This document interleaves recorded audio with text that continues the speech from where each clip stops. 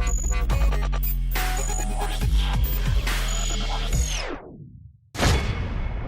everyone, it's Jason from EskimoTV.net, and today I am joined by my amazing co-authors from my website, Eskimo TV.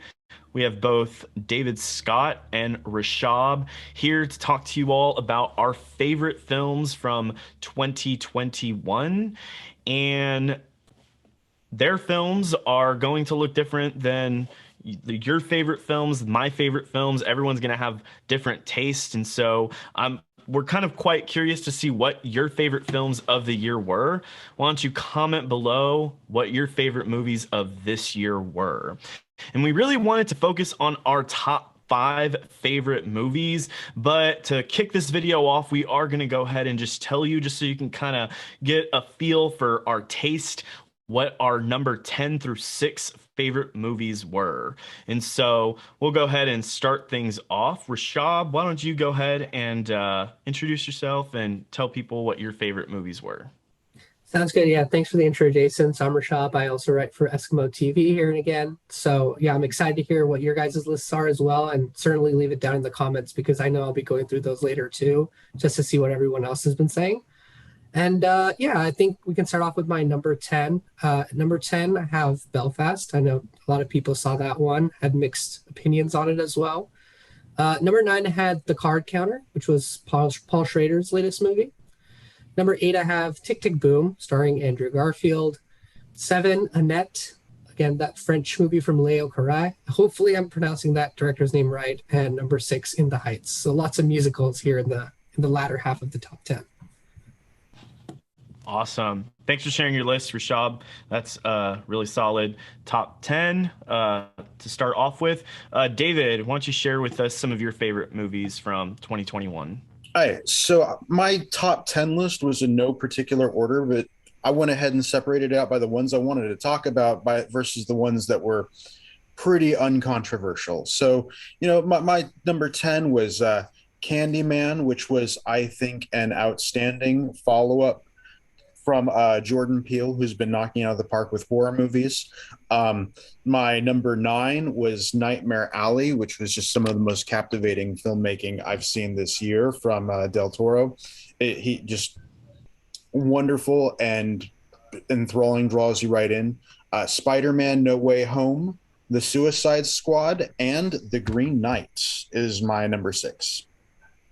Awesome. Thank you so much for sharing that with us.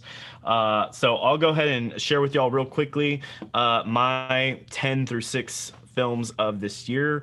Number 10 is Parallel Mothers. 9 is King Richard, and Will Smith is on my ballot this year for Best Actor. I think he did fantastic in that film. 8 is an animated film, Luca. I thought the animation in that film and the story was extremely well captivating. Number 7 is a very controversial film this time of year, Don't Look Up. Seeing a lot of debate even amongst critics, but it's still making its way. I put that one higher on mine. Oh, awesome. That made my list too. Oh, great. I'm excited to talk more about that one then for sure. And then number 6 was a really interesting horror film called The Night House. I thought Rebecca Hall's performance in that movie was fantastic. And so those were my 10 through 6 favorite films of 2021. So that's a pretty nice set of lists that we all had there. Just to kick things off, I felt like there was a lot of variance between us, and I think that's really cool and interesting. So we'll go ahead and move on to our top 5 favorite films of the year, and I'll go ahead and just share mine. Mine was A Quiet Place Part 2. I thought that this film was one of the few films that built upon the first film in a very engaging way. It made the universe bigger. You got a lot of insight to some of the unanswered questions that the first film had, and I thought that the cinematography and the visual effects were really spectacular, and it was a tense final act in that film that I really enjoyed and still think, despite me having watched it at the beginning of the year, I think it's one of the best films so far. I just want to call out with Quiet Place too that it feels like we are in such a renaissance for horror as a genre that we are just seeing a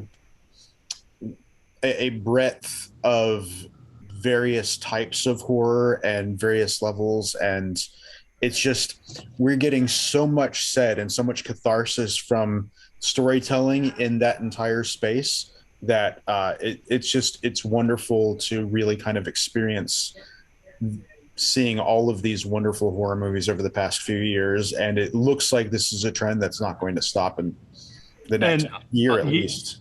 yeah, it seems like there's a lot of stuff that they're pumping out, and I thought it was one of the few sequels that was better than the first film, although some may disagree with me. Some may like the fact that there's virtually no talking in the first film.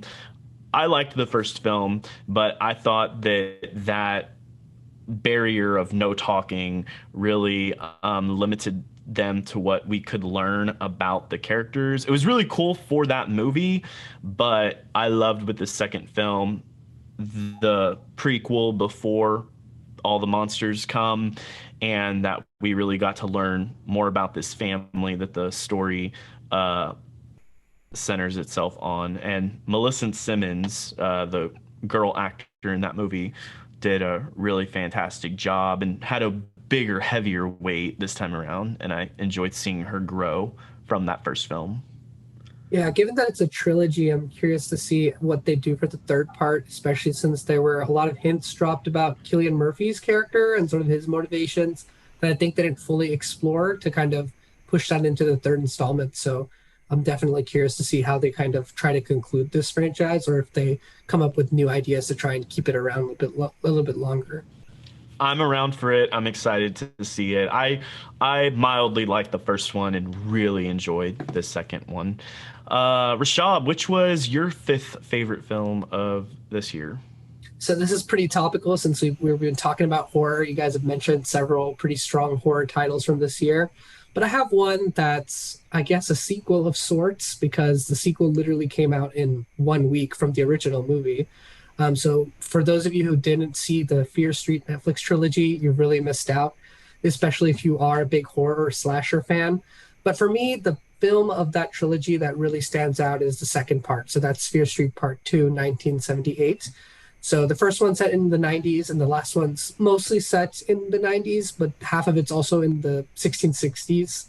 So there's sort of this time hopping element to this trilogy. But for me, the second one is the one where the series really comes into its own. And this slasher was unapologetically just bloody, gory, entertaining, thrilling. It was a very lean and mean kind of slice of horror slasher storytelling.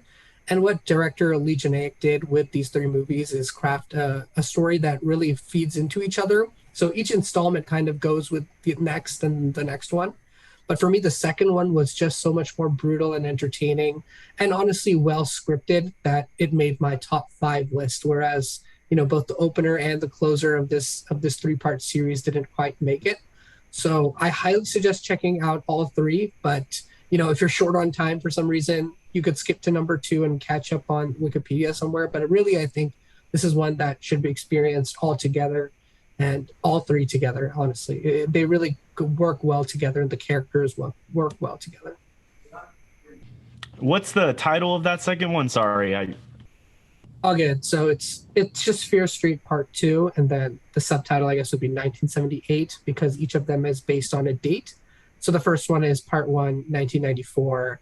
The last one's Part 3, 1666, which sounds like you're covering such a large time span, but within the context of the story, it really, really works really well. That's awesome. I'm like learning like all these titles y'all said so far. I've been like, oh yeah, I've seen that, or that was cool.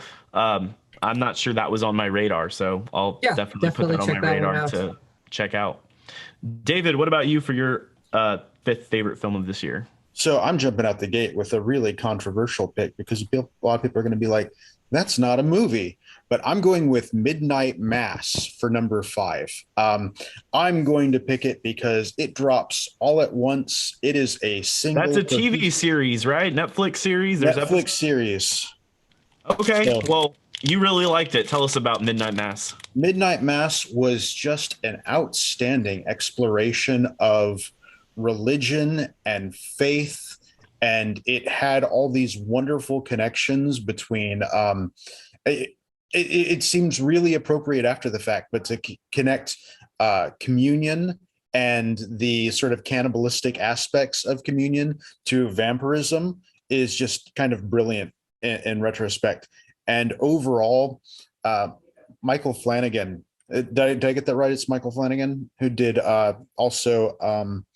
He also did Haunting of Hill House, Doctor Sleep. Doctor Sleep, Oculus. Yeah. Yeah. So he has just been killing it with these wonderful, thought-provoking pieces over the past few years. And Midnight Mass was an outstanding format for this storytelling. So I know it's not a traditional movie in that it's not a 2 hour, 3 hour format. It probably hits, if I recall, 7 episodes, probably right around 6.5, 7 hours long. But I was enthralled beginning to end. Every single episode drew me in, and it was just all at once. So I was able to functionally sit through it and just enjoy it like a single piece of entertainment. So, controversial pick as it's not a film, but I think in the world we're in, these are becoming more and more common to release longer form entertainment as these unique singular stories. And as an outstanding example of that, I'm going to go with Midnight Mass for my number 5. Rishabh, did you get to see Midnight Mass? I did not, but I want to thank you, David. You've broken all the rules. Anything's possible now with a TV show in the top 5. I know. In that case, my number 5 is. Yeah, I'm getting more controversial from here. So, if Stranger Things season 4 came out this year, then I'll put that on my top favorite films of 2021. All right, barriers. I love that. All right, so my 4th favorite film of this year was Spider-Man: No Way Home, and I was really nervous about this movie going into it because there was a lot of hype, especially with these trailers that dropped this year with old characters coming back and who was going to be on it. But I was still quite worried that this film would just be a lot of bells and whistles, but poor execution. But thank heavens that Sony and the people behind this project did a fantastic job of weaving past films, and I would say even giving nice, good closure to past characters, and giving Tom Holland a lot to do in this film that really seemed to have a weight to it. I don't want to spoil the film, but I will say at the end of the film, his character has changed pretty substantially, and it seems like he's gone through some significant growth. And I think that any good film, it's nice to see have a character change over a process or over a period of time. And all the other stuff that was in it is just icing on the cake. They had the good story, they had a good character, they had a nice upbeat narrative, but then all the other stuff just kind of made it all the more magical. And it's so the best movie you have to have watched 10 other movies to understand. I would argue, even if you haven't, there's still a lot to love about it. But obviously, yes, if you've seen 10 other movies, which a lot of people have, they've been out for a while, there's definitely a lot more smiles to have with that film. There were 2 moments in No Way Home that really pushed it over top for me. You already mentioned the closure for characters from long past movies. That I found to be unexpected and emotional, particularly because I didn't even watch Amazing Spider-Man Part 2. I was just familiar with it. And I don't like those movies, for the record. I like the 2 Sam Raimi films and obviously Spider-Verse, and I remotely like the Tom Holland ones, but this is his best one so far. But also, Andrew Garfield does get one of the most emotional moments in that film as he gets some closure. Yes.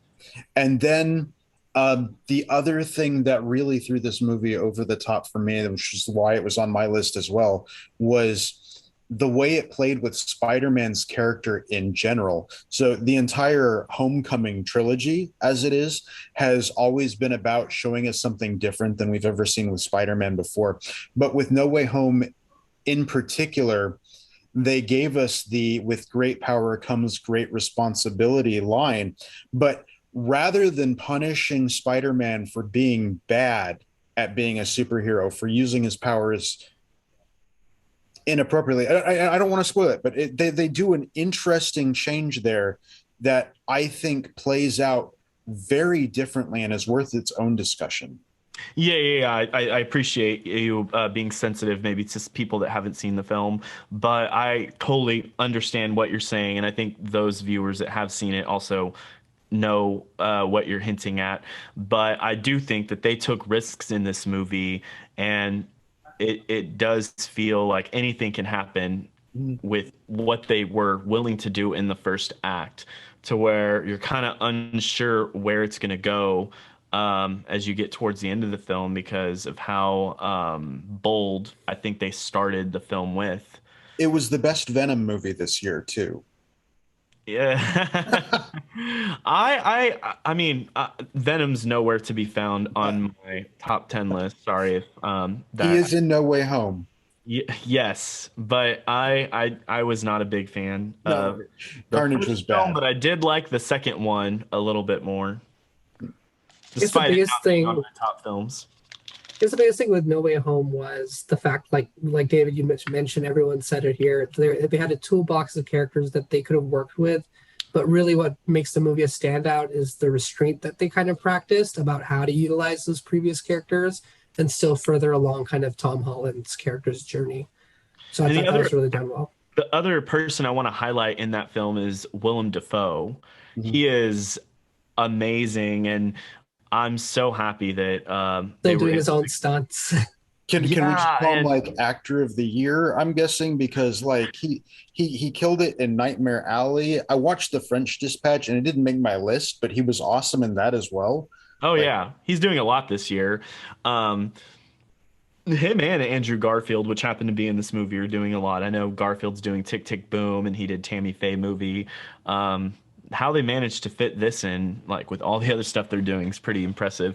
But the way he contorts his face and the way he has his voices perfected for when he is in control of himself as um, Osborn, and then whenever the Green Goblin takes over, like he has it perfected to where I think that's a role that could easily look super cheesy, but with his specific performance, I thought took it far and above and made it a very spectacular performance to watch. And so I haven't finalized my ballot, but he's on my radar to consider, and it's kind of an off popular choice, but I'm considering him for a best supporting actor because that movie I don't think would have been as spectacular without his specific performance kind of being the leader of the antagonist in this film.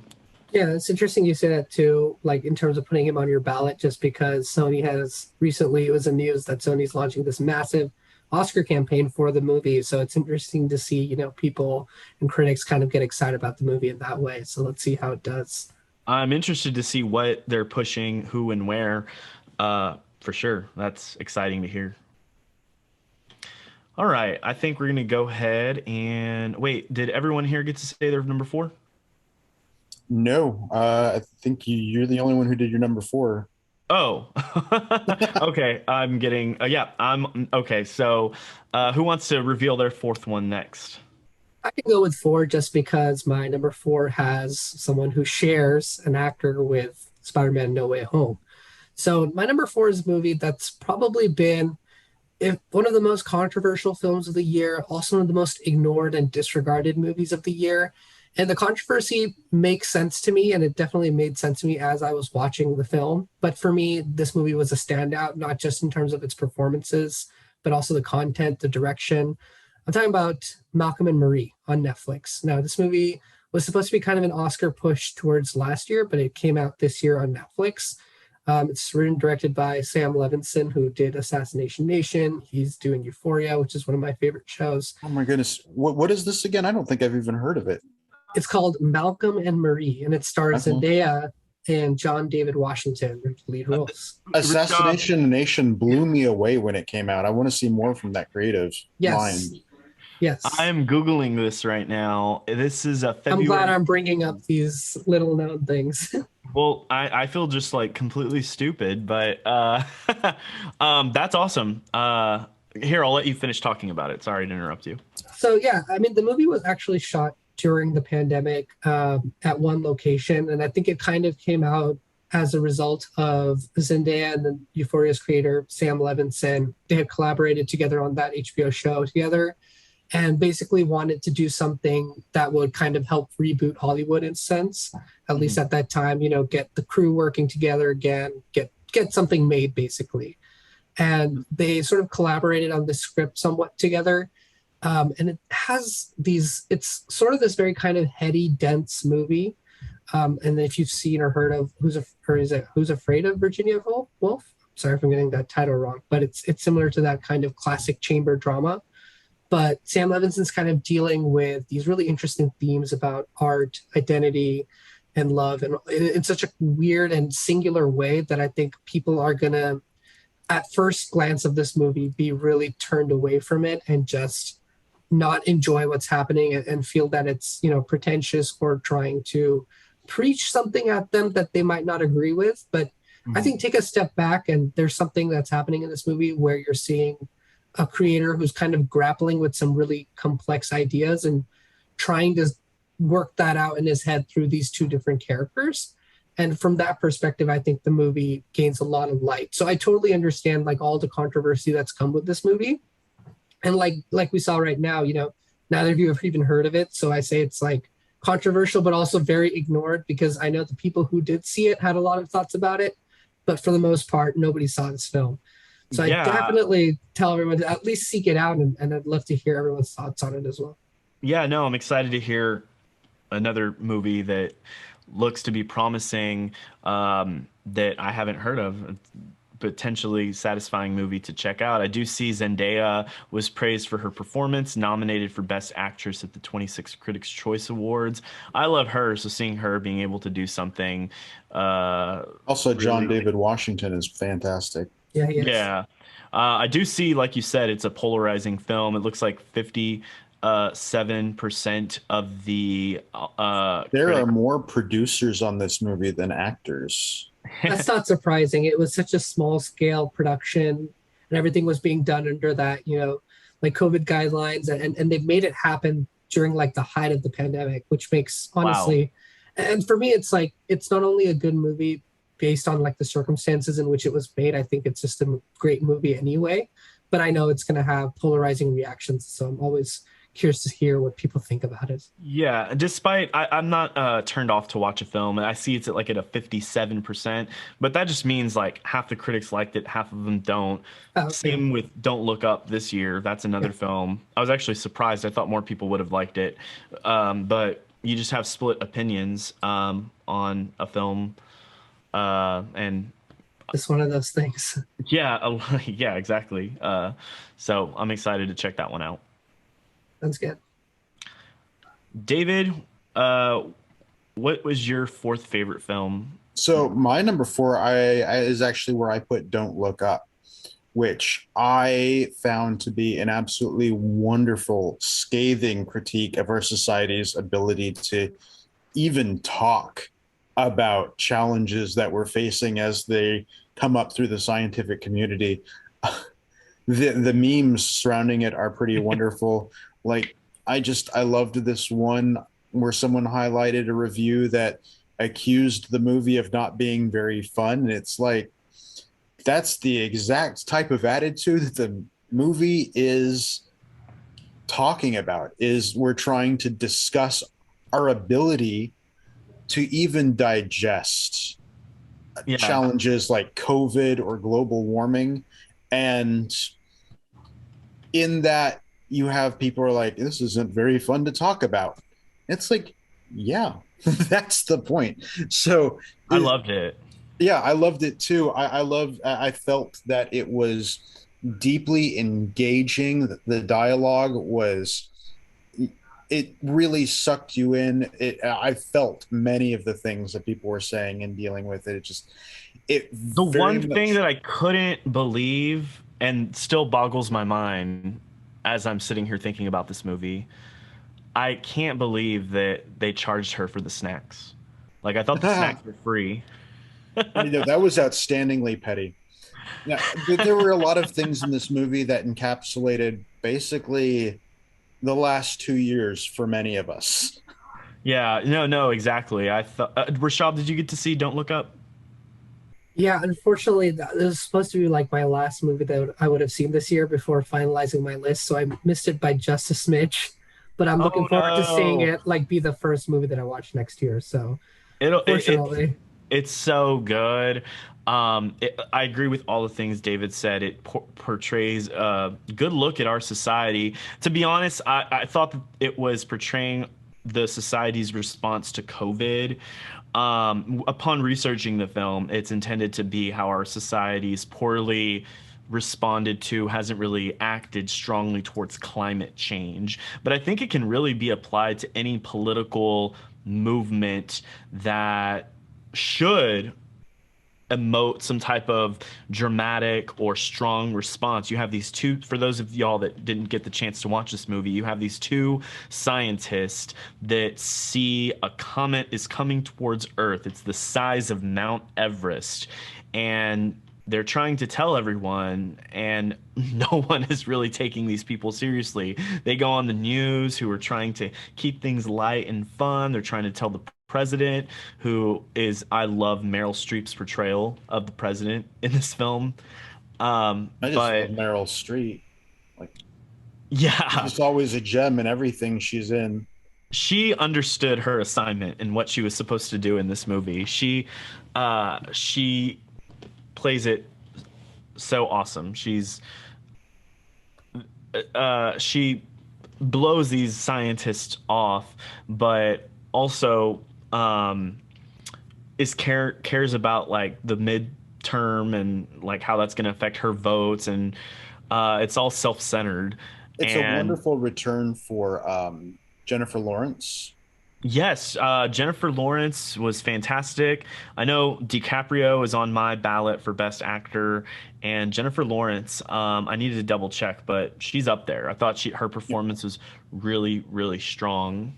His performance in this by itself would not have gotten my attention, but as a slice of his work for the year as a whole, Timothy Chalamet was in it. Yeah, Timothy Chalamet did good in here. I mean, he did Dune this year. He did this. He's done more than that. So for this year, he was in French this, Dispatch. Dune, the French Dispatch as That's well. right.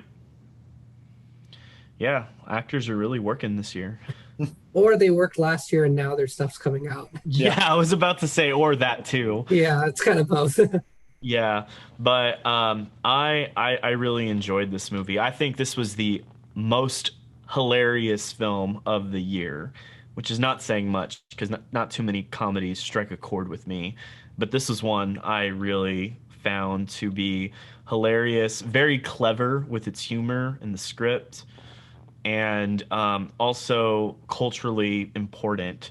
I think it unfortunately portrays the negative or really lack of response that our culture gives to some important issues that they should pay attention to more. Yeah. Ready to move on to your number three? Yes. So my number three, I'm not sure how to pronounce it. It's a French film. Uh, the way the director says it, it's Titan. I thought it was Titan. I think that's how you say it, like with an American accent, Titan. But it's Titan, Titan, tomato, tomato, whatever you want to call it. This film is just a train that won't stop. Like you will feel completely run over. Just it is action packed. It is crazy. And I loved it. You have here, I'm sorry, I'm forgetting her name. I'm just gonna Google it real quick. Did y'all get to see this movie? I did a couple weeks ago. I'm going to say I was not as impressed with it as you are. Okay, and that's fair enough. I'm hearing that. Rashab, did you get to see this movie? Yes, I did. I really liked it. It falls outside of my top 10, but it's at number 12, you know? So it's definitely pretty high up there. I thought it was fairly impressive craft wise. I thought the narrative, the way they approached it was really good. Just couldn't quite, get into my top 10 there, but I did really like it. Yeah. Awesome. I'm glad y'all both got to see it. So it stars Agatha Rose or Roselle. I'm not Yeah. sure exactly how you say that, but no one's talking about her for Best Actress list. Like she's not in the top rankings on different people's prediction lists, but the stuff that she has to do in here, like physically, is impressive. And this is her feature debut film. This film also won the Palme d'Or at the Cannes Film Festival, and I thought it was engaging, and I thought what really captivated me with this film is the gentleman in this film that's lost his son. The emotional connection with this movie is the fact that he's gained a sense of hope with thinking that he's going to reconnect with his son. And it's so tragic from the audience perspective to know that that isn't what's happening. And then just to see his response, even though he knows it's not real, but he's willing to go along with it just because he so badly wants some type of connection, I thought was I thought it was less about really, hope and more about denial, like the fact that he clearly knew. yeah. I guess it's a mix of both, but I will say that dynamic was definitely the heart of the movie. Like, obviously, we talk about the first half of this movie, you think it's one thing. In the second half, it's become this totally different thing once his character is introduced. And as the film goes on, that relationship really becomes central to the movie, which I thought was sort of a clever way of doing that. And I've seen the interviews with Julia Ducournau saying that she wanted to, after her first movie, which was Raw, she wanted to make a movie that was a little bit more centered on a relationship and have a sort of more emotional angle to it. And I felt like she succeeded at least somewhat in terms of developing that relationship and fleshing it out. So Yeah, and she did that in a way that was unique and different and very stylized. One of my critic friends, Kevin, hey Kevin, if you're watching this, what's up? What he didn't like, I know he had mentioned in the film, is the first half of this. Like you said, it turns into completely something different. I feel like that first half of the film, where it's just kind of highlighting her character and the awful things that she's done, was somewhat necessary to feel the dread that you feel as she enters this poor innocent man's life and giving him a sense of false hope. I don't think if you didn't have a chunk of the movie that showed some of these things that she's done, um, and the great lengths she goes through to just transform herself, you wouldn't have felt the impact that you do as the film enters into that second part. But teach his own. That was one of my favorite films of the year. That was my third favorite film of 2021. David, you want to go next? Sure. I'm going to go ahead and throw out another controversial because this one is not a traditionally good film, but I loved it. And that is Willy's Wonderland. For me, it was a absolutely joyous indulgence in carnage and in making sort of fun with the Chuck E. Cheese style pizzeria and those horrifying robots that many of us grew up with as children. And there have been games over the past few years that have played on this aesthetic, that the Freddy's, what was it, the Night at Freddy's? Yeah. So that entire it was very much a movie with that energy, with dealing with just these wonderfully frightening robots and how they sort of represent just nightmares out of children's heads, but they're up there singing and dancing. And for Nicolas Cage, who is known absolutely for freaking out and his over the top performances, going through the entire film as a silent protagonist and not ever saying a single word through the entire film, I thought was a really daring and challenging way to go with that actor. And so it ended up being one of the highlights of my year, even as it is very much just the cheesiest, the, you know, most second rate B slasher flick. I remembered at the end of the year, and it was one of those moments where I was just filled with pure joy watching it beginning to end, even though I have nothing in particular to say about it that's like this movie is in any way otherwise worthy of acclaim outside of just it is fun. And it was a lot of fun for me. So I did not get the chance to check this film out. Rashab, did you get to see it? I did not, but I mean, I heard about it, and I know I didn't know that Nicolas Cage didn't have any dialogue. That's news to me. That's interesting. Yeah, especially because he's like super outspoken. I thought even like the dialogue that he does in Pig was pretty tamed because he's also pretty not an extremely expressive vocal character in that film either. If you missed this one, absolutely pull it up for like an evening. It is a wonderful, breeze of 90 minutes or so. Okay, yeah, definitely want to check that one out. I remember getting like the screening invitation, but I think I had a conflict schedule wise, but check it out. Rashab, you want to do your number three? Yeah. Let's do it. Actually, this is a complete coincidence. I mean, I don't know. I'm not making this list now. This was already my list. So, Jason, you already mentioned my number three. It's Pig, starring Nicolas Cage as well. So I guess this year was the year of the Cage. Yeah, well, this is just a funny that this adds up because I think I mentioned a film earlier where the same one on your list had another actor. It was like No Way Home and with Zendaya. Yeah. It was Zendaya, and now this and Pig. We have not shared our list with each other aside from skimming David's list earlier. Yes. Ladies and gentlemen. So this is interesting. I liked Pig. Tell us what you liked about it. Yeah, so I think when most people probably saw the poster or trailer for this movie, myself included, I think this was a common response across everyone who, within film fans, was that this was going to be like a typical Cage Rage movie where I would have liked that a little bit more. Okay, that's fair. I think a lot of people who went in with that expectation probably were disappointed that he wasn't going after the kidnappers who kidnapped his beloved truffle pig and just, hunting them down in that sense. But for me, what works here is not just Nick Cage, who I thought gives one of the year's best performances. If I were to fill out a bout of my own, I think I'd have him up there. But also just how original the movie feels and how kind of bittersweet it is at the end. It's sort of this poignant film about this character and the relationships he has and kind of breaks off from the world. We start with him in isolation, but as the movie progresses, he returns back to a world that he was once familiar with, but has kind of cut himself off from now. And the way the film is just scripted, the way that you slowly find things out about his sort of kind of mysterious character through different stories people tell or the way that people interact with him.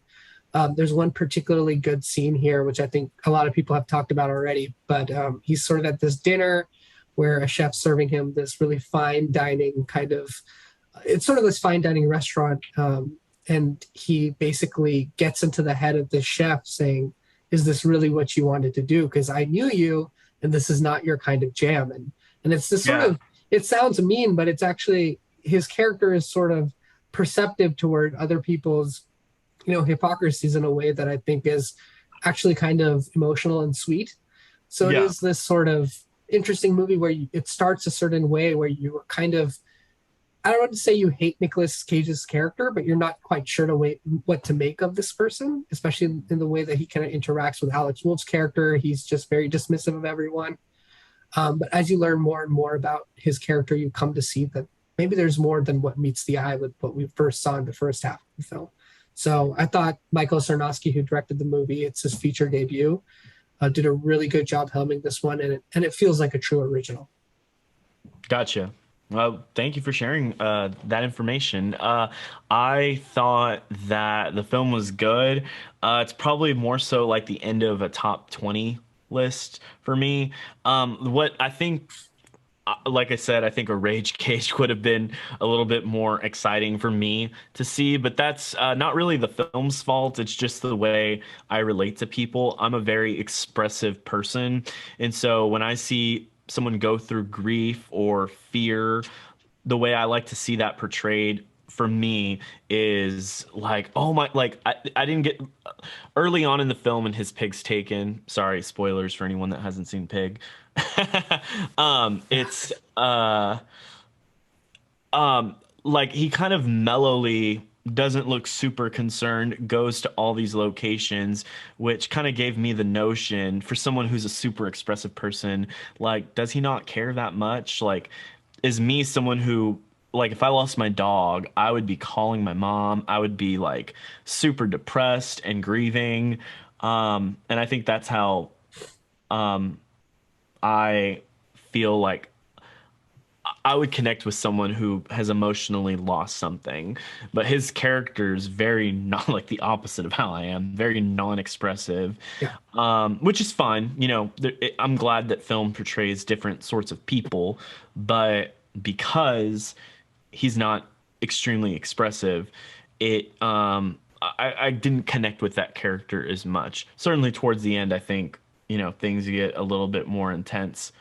But yeah, those are my thoughts on kind of what didn't work. But overall, I thought that the journey that he goes through to get to the end, and I don't want to spoil what the ending is, but what ends up happening um, was fine. I think it also speaks to the perceptions of what we look for in a Nicolas Cage performance at this point, given that, most people who are kind of going to see a Nick Cage movie at this point expect something along the lines of like a Willy's Wonderland, just because of the types of performances he's been known for doing in the past few years. But for me, it was kind of a welcome detour for him.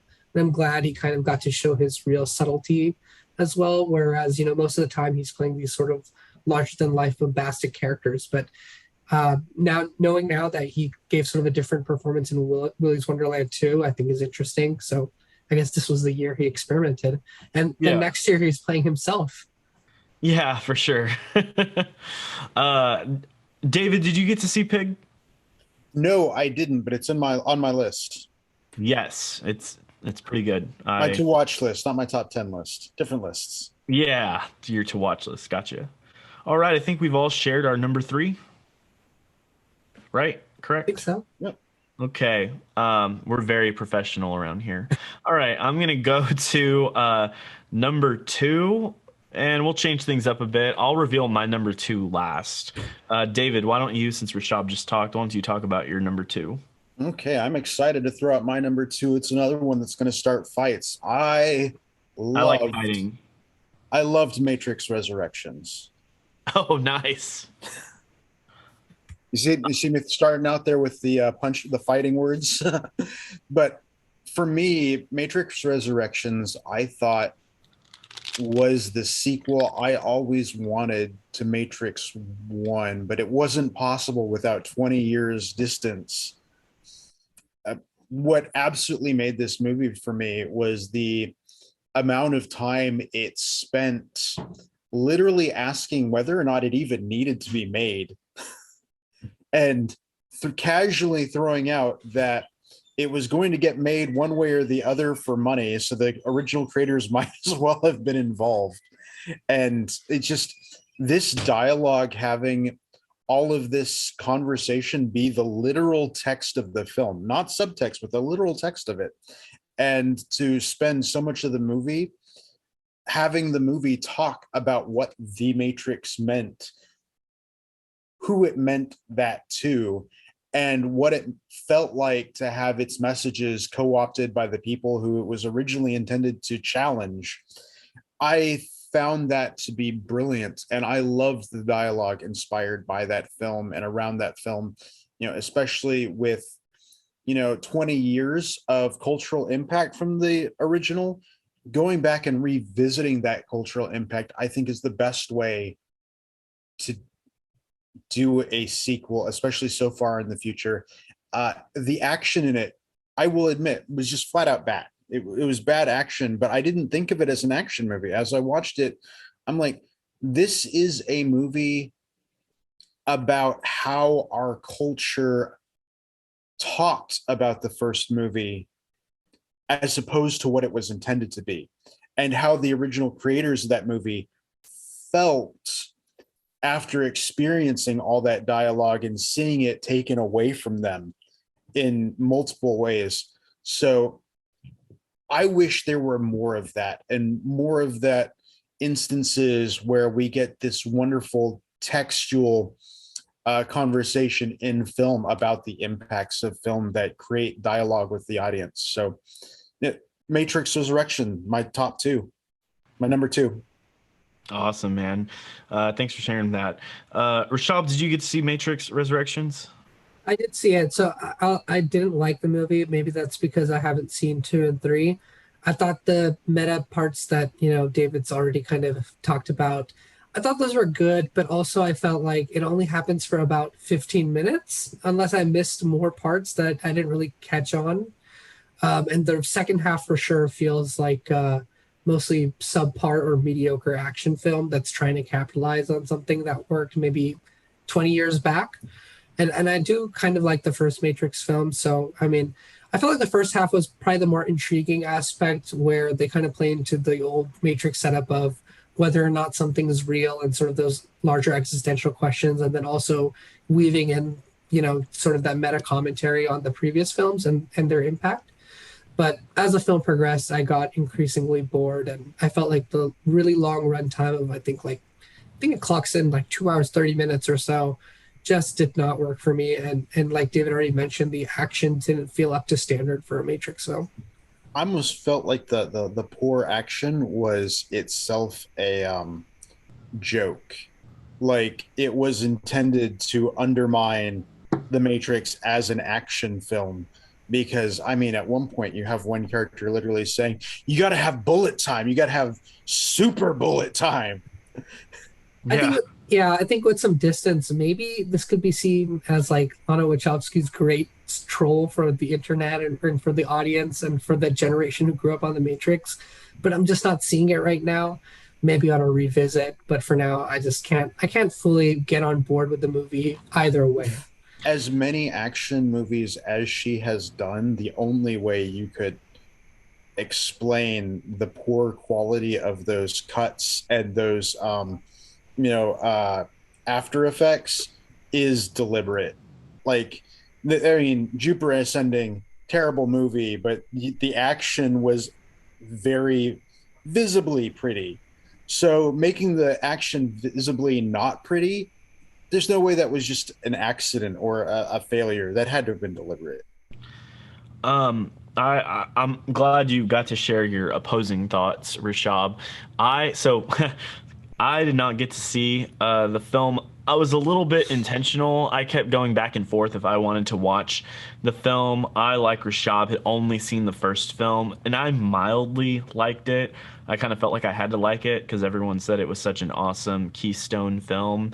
It was fine, but with me only thinking this first classic is fine and not having seen the second and third one, I opted out to not watch it. I felt like it'd be better to have seen the second and third one, so I stayed home that night of the screening to play Mario Party.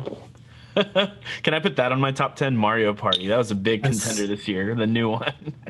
um, David, knowing you having seen all of them, do you think having seen the second or third film makes this film more interesting? I think you could get away without watching two or three. Oh, okay. Cool. I mean, I saw it without having seen two or three, and I think you can get away with it, but you're going to miss out on certain things. There were a lot of aspects I didn't quite get without the second and third. Gotcha. Okay, but you'll get the gist of the overarching plot. Yeah. Gotcha. Okay, well, that's good for our viewers to know. Thank y'all for sharing that. All right. Rashab, did you get to share already number two? Nope, gonna do it now. Yeah, go. So yeah, this is one movie that I think critics have been head over heels for. I know general public has not been quite as accepting, I think because of the subject matter and the person at the center of the movie being such a beloved figure. I'm sure people know where I might be hinting, but it's Spencer. So Kristen Stewart playing Princess Diana. Um, as always, like, whenever you play someone as influential and important as her, the person who gets casted at her is going to have like this really big weight to carry. And I actually felt that Kristen Stewart was potentially the best part of the film. But overall, as well, I think the movie holds up really, really well. And I know that it's not the most historically accurate version, but they kind of start with a disclaimer saying that it's not. And it has these fantasy elements to it. But in terms of doing that, I thought they did a good job. Yeah, I so this I was enjoying the film moderately. I did not get to finish it. I had a bunch of stuff come up after starting the film. But it's on my to finish watching list. But from what I had seen, I thought that it was fine. I don't know how you feel if like the fourth act or third, fourth act is stronger, going to sway my opinion by a lot. But I do plan, I want to finish watching it before I have to submit my ballot for Houston Film Critics Society this weekend. But I know Kristen Stewart, that's what people are saying is one of the stronger contenders. And so from what I did see in the film, probably a little more than half of it, I thought she was really strong in that film.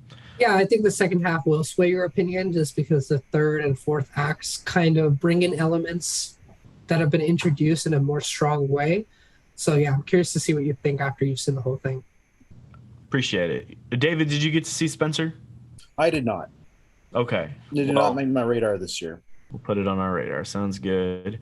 All right. So my number two film of 2021, it's a documentary. It's called Pray Away. It's on Netflix. And this film felt like the documentary version of the film that came out a few years ago, Boy Erased. It talks about gay to straight conversion therapy, and it talks about people, it talks to individuals that have gone through or have tried to go through this process, and it's really heartbreaking. I thought that it was I think this film is culturally significant, especially to a Christian church audience, because I myself, who've grown up in the church, have been taught different things from different leaders. And I think it was extremely heartbreaking to see these specific individuals take what the church says to heart and see kind of the traumatic effect of it in their lives and their relationships. And what I thought that this movie did far and above, and the reason why it's so high up on my list is it didn't really villainize the church either. I mean, kind of. I mean, but it really seemed open-minded because you have different types of individuals. You have a girl that is kind of comfortable in her own skin now and living life with her female partner, and she talks candidly about her experiences and about how every day felt like it was a struggle to just not be gay. And it was really sad. I just, to see people going through that. But at the same time, you have another individual who feels like Jesus has called him and saved him from living life as a transgender woman. And he's all on board for kind of basically trying to do what these other people have done similarly, and have said that it didn't really work out well for them, that it was basically impossible to change that genetic makeup of who they are. So it's not a document that everyone's seen, but it caught my attention and it came out earlier this year. It's called Pray Away, and I really enjoyed it. Did either of y'all get to see that film? No, but I, I think it was on my radar, and I know that I'm pretty sure, correct me if I'm wrong, but that was part of Ryan Murphy's kind of Netflix deal where he had set up like several projects with Netflix. So I think that documentary was one of them. I think A Secret Love. I don't know if anyone saw that last year on Netflix. That one was also part of that deal. So Okay, cool. So I really enjoyed it. I think if there's anyone, especially that grew up in Christian church world, that kind of grew up with specific teachings about how relationships have to work, I think that they'll find that to be captivating and relatable. All right, moving on to number one. Who wants to share their number one first? Let's let Rishabh go first this time.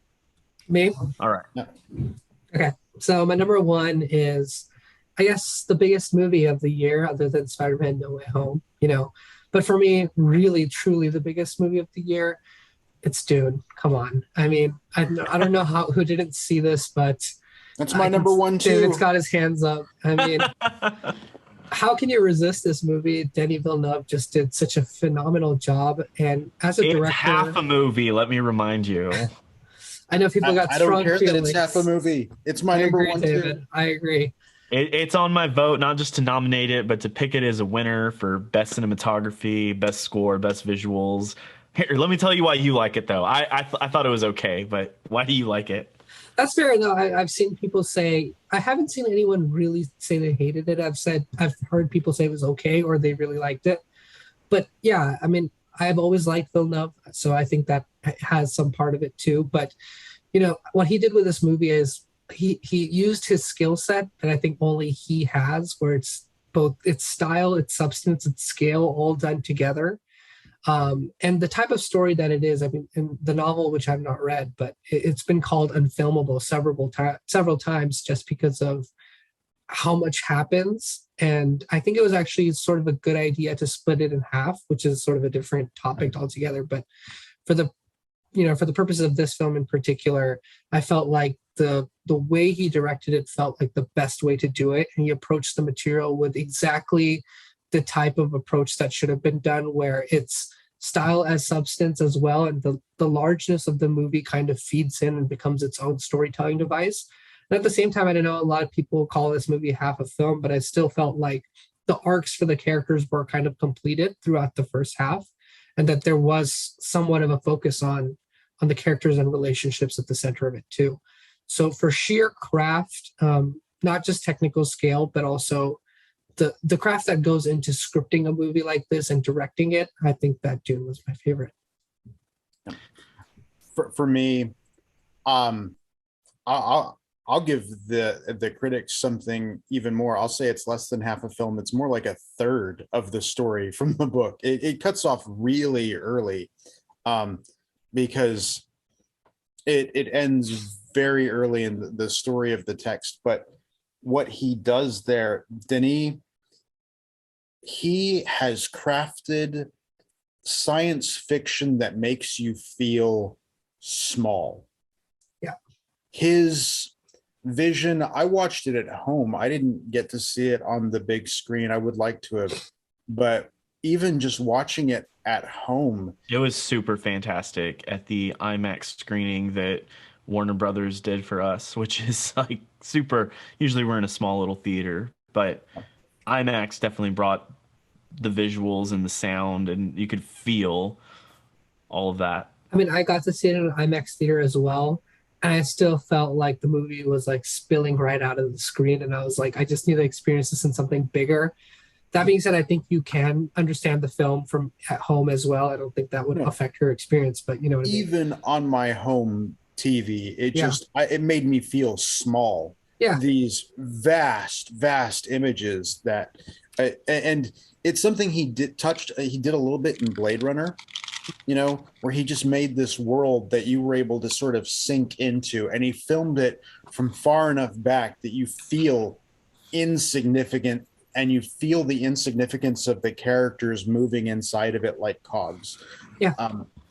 And it's that sense of scale that you mentioned that he brings to it that makes it breathtaking. It's awe-inspiring as a cinematic experience. I mean, for me, maybe this is too much of a stretch for some people, but it feels like a really momentous occasion for film history in a way. Just at least within the last decade, maybe of all time, just because the sheer technical scale of it is so well crafted, and the details that he's put in, and still managing to keep the characters mostly at center, felt like it it comes through as a blockbuster of blockbusters. You know, it feels classical, it feels decadent, and I really enjoyed that aspect of it. And as a fan of the book, one of the things I appreciated is he didn't try to fill in the gaps with exposition. He very much used subtext and visual storytelling Yeah, to the maximum effect to communicate the story without just like reams of dialogue. Like he did what filmmakers are supposed to do, and he made a visual storytelling experience out of a dense textual novel, and he did so beautifully. So yeah, that also was my number one for the year. I found it just if you consider the technical difficulty of the translation to accomplish a cohesive work, and then on top of that, to go the extra mile of making it among sci-fi films, making other sci-fi films and making everything feel small around it as you're just like a speck of sand in this desert. Absolutely, I think I'm very excited for what he does next. I'm excited to see the second part of the film or the rest of it because I went in knowing this movie was going to be a lot to watch. I have not seen the original 1984 film. I know this is based off of a novel that I have not read. So I went into this film. I bought something to take notes with, just because I didn't want to lose track of who's who. But for someone that is not familiar with any of it, it was a lot to keep track of, like what the jargon of what certain things are called, and so that was a little bit of a chore for me to keep Contra- up with. And the one, I guess, saving grace is I thought that it ended a lot stronger than it began. It is kind of this slow burn setup, I felt, to get to where they are in the end. There wasn't Zendaya in it as much as I would have liked to have seen, as far as her role She's in going to the be film. much more prominent in the sequel, but I'm excited to see that. controversial opinion, the 1984 movie is not bad. I would recommend it. I think Have it you is an seen the entertaining 1984 film. film? If I you have have an not. appreciation for Lynch as a director, it is worth watching. It is interesting. I think you get unique performances from Sting. Yeah. It's easy to forget, but Sting is in that movie. I'm glad they went with the casting they went with for this one, and we Yeah, didn't have Sting in this one. Yeah, Timothy Chalamet did extremely he did. fantastic in they're the film. I thought that I thought all of the acting was good. I thought that the technical aspect was, like you all said, makes like puts it far and above and beyond just a regular blockbuster. It's a standout. You know, For me, the narrative, and I'll admit for anyone that uh like I'll admit just for someone who wasn't familiar with the source, it was a lot for me to keep up with and to feel any type of emotional impact. But I did think that I'm glad that they took their time with it and went a different route from the first one. And I think how much I'll like this one is going to depend on how much I like part two, just because dropping the casting is just the casting by itself is perfection beginning to end. Like if I mentioned all the people who I felt did outstanding in that movie at capturing the soul of their characters, it would just be reading down the cast list. I yeah. mean, Rebecca Ferguson as Jessica Atreides, um, Stellan Skarsgård as Baron Harkonnen. Um, you know, one of the probably the more controversial choices is, I would say, Javier Bardem as Stilgar, but still he managed to pull it off and capture it. Yeah, I thought that the casting was top notch and the technical aspect, because, like you said, Rashab, a lot of people have called this an unfilmable film.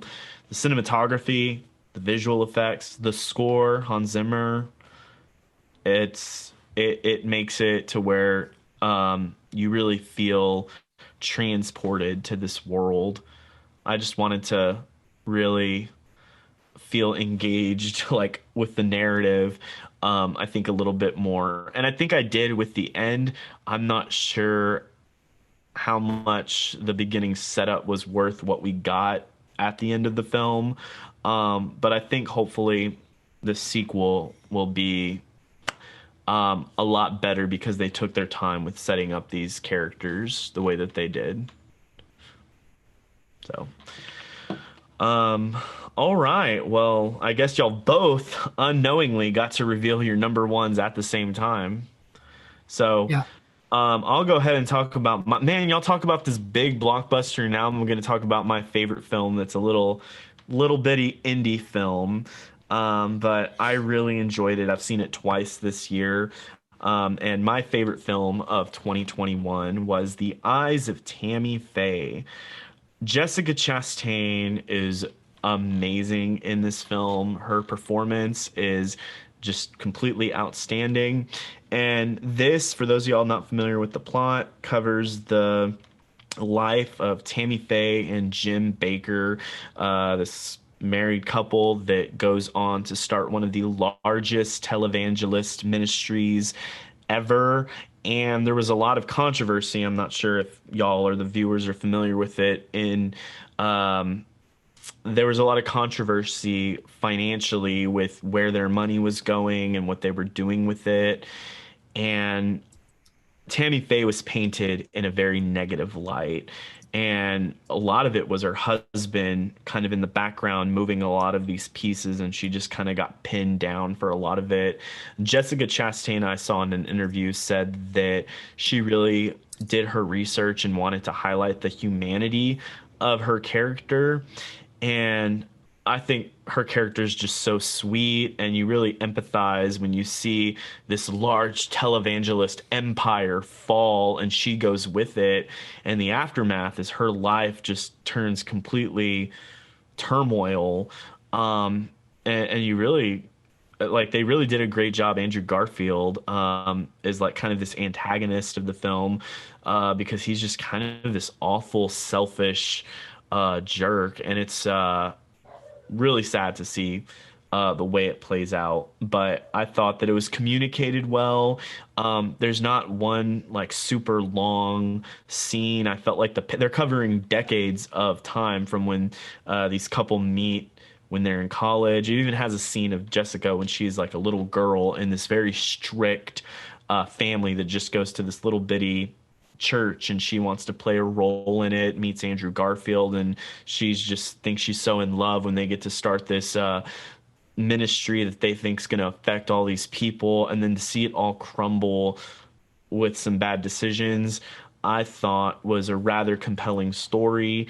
And was very fast paced because you have all this time being communicated. And I think that the script and the key moments that they decided to show was good. And just because you have so much all the time in all these locations, you really feel like, man, the story is moving quite fast, and it just gets interesting and interesting as you watch it. So, Eyes of Tammy Faye, that was my favorite film of 2021.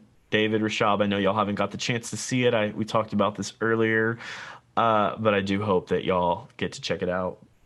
In a way, I saw it because I grew up with Tammy Faye Baker. Yes, that's true. But make sure you watch the film because a lot of the media that the film tries to like debunk a lot of what the media portrayed. But at least you're familiar with the scandal. All right, folks, any final comments? All right, that is our top 10 list of 2021. I'll go ahead and outro this video. Thank you all so much for watching David, Rishabh, and I's top 10/5 explained films of 2021. Once again, if you have a list or a top 3 or a top 5, let us know what your favorite films were. Let us know why. Thanks for spending your time checking this out or thumbing through to see what our favorite films of this year were. We really appreciate it. If you enjoyed this top 10 list, you can give this video a like. You can also consider subscribing to the channel where you can find more videos in your feed of movie reviews, unboxing videos. You can also check out our website, EskimoTV.net, where you'll find reviews from myself as well as these two awesome, fantastic gentlemen. And look forward to seeing you all in 2022 for another fantastic year of film. My name is Jason Escamilla from EskimoTV.net. Bye, everyone.